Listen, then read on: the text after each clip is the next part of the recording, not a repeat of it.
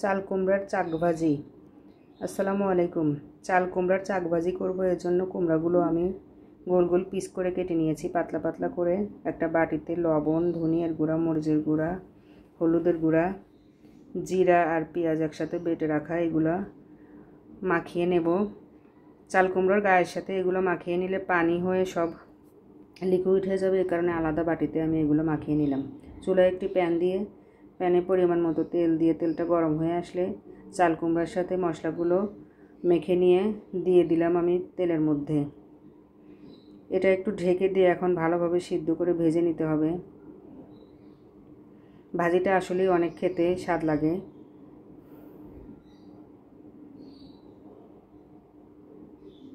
আমি আসলে আগে গ্রামের বাড়িতে যে খাবারগুলো খেতাম সেগুলোই রান্না করতে বেশি পছন্দ করি। এগুলো আমার কাছে রান্না করতেও মজা লাগে এবং খেতেও অনেক বেশি মজা লাগে। এখন আমি কুমড়াগুলো একটু উল্টিয়ে দিয়েছি। ভাজি হয়ে গেছে, সবগুলোই সেদ্ধ হয়ে গেছে। এখন একটা বাটিতে উঠিয়ে নিলেই আমার চাল কুমড়ার চাক ভাজি রেডি হয়ে গেছে। আমার চাল কুমড়ার চাক ভাজি।